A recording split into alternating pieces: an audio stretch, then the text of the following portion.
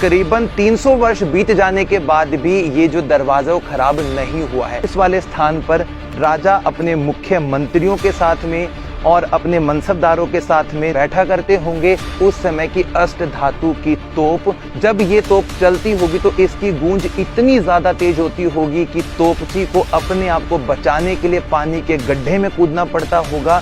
सामने वाला जो हिस्सा था वो यहाँ के राजा का महल कहलाता है, जहाँ पर जाट राजा प्रताप सिंह रहते थे।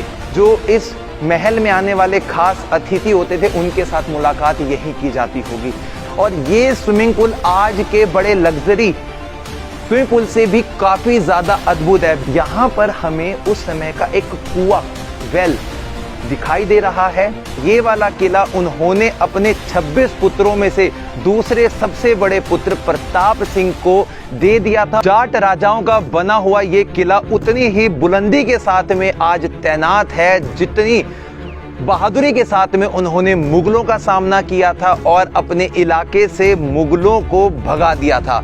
दोस्तों, ये वाला जो आप किला देख रहे हैं ये भरतपुर के जाट राजाओं के ही वंशजों के समय में बने हुए एक राजा बदन सिंह के द्वारा बनवाया गया किला, जिसे हम कहते हैं वैर का किला। और ये वाला किला उन्होंने अपने 26 पुत्रों में से दूसरे सबसे बड़े पुत्र प्रताप सिंह को दे दिया था और ये रियासत प्रताप सिंह राजा के द्वारा ही चलाई जा रही थी। आप देख सकते हैं कि इस किले की जो बाहरी प्राचीर है वो इसको कितनी सुरक्षा दे रही है, कितनी ऊंची दीवारें बनी हैं। काफी छोटे बड़े आपको मोर्चे दिखाई दे रहे होंगे जहां पर उनके सैनिक तीर धनुष और बंदूकों के साथ में तैनात रहते थे और इस पूरे हिस्से की सुरक्षा किया करते थे। काफी ऊंचा दरवाजा यहाँ पर लगा हुआ है जो उसी कालीन का है। इसकी लकड़ी से आप इसका पता लगा सकते हैं कि तकरीबन 300 वर्ष बीत जाने के बाद भी ये जो दरवाजा वो खराब नहीं हुआ है। ये छोटा दरवाजा सामान्य लोगों के लिए खुलता था, बड़ा यहाँ के राजा के लिए खुला करता था। कुछ स्थानों पर इस दरवाजे को डिंडी दरवाजा कहा जाता है, यानी कि छोटा दरवाजा। इस दरवाजे की मजबूती का कुछ उदाहरण इसके कॉर्नर पे लगी हुई लकड़ियों से आप आइडिया लगा सकते हैं। जब दरवाजे को बंद कर दिया जाता होगा तो उसके पीछे से इस लकड़ी के लट्ठे को इस वाले होल में लगाकर इसकी जो सुरक्षा है उसको और मजबूत किया जाता होगा। ऊपर की तरफ में होल बना हुआ है, यानी कि दूसरी लकड़ी के लट्ठे को यहाँ पे फंसाया जाता होगा। ऊपर वाले हिस्से को चूड़े कहते हैं, जो पत्थर के बने हुए हैं। यहाँ पर सैनिक तैनात रहा करते थे जो इस किले की सुरक्षा के लिए अपने पास में बड़े बड़े भाले भी रखा करते थे। आपकी नजर जहां तक जाएगी वहीं पर सजा हुआ एक मजबूत इमारत आपको दिखाई देगी जो भरतपुर रियासत की उस समय की फलती फूलती विरासत को आज हमें देखने दिखाने का मौका पेश करता है।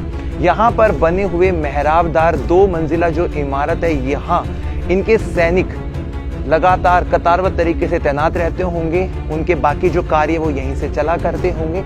ऊपर वाले रस्तों के अंदर इस प्रकार की कनेक्टिविटी की गई है कि राजा और रानी अपने महलों में से सीधा इस दरबार हॉल में आ जाते होंगे। काफ़ी बड़ी सेना थी जो सेना यहाँ पर रहती थी। उनका जब कभी भी दरबार लगता था तो दरबार हॉल ये वाला हुआ करता था।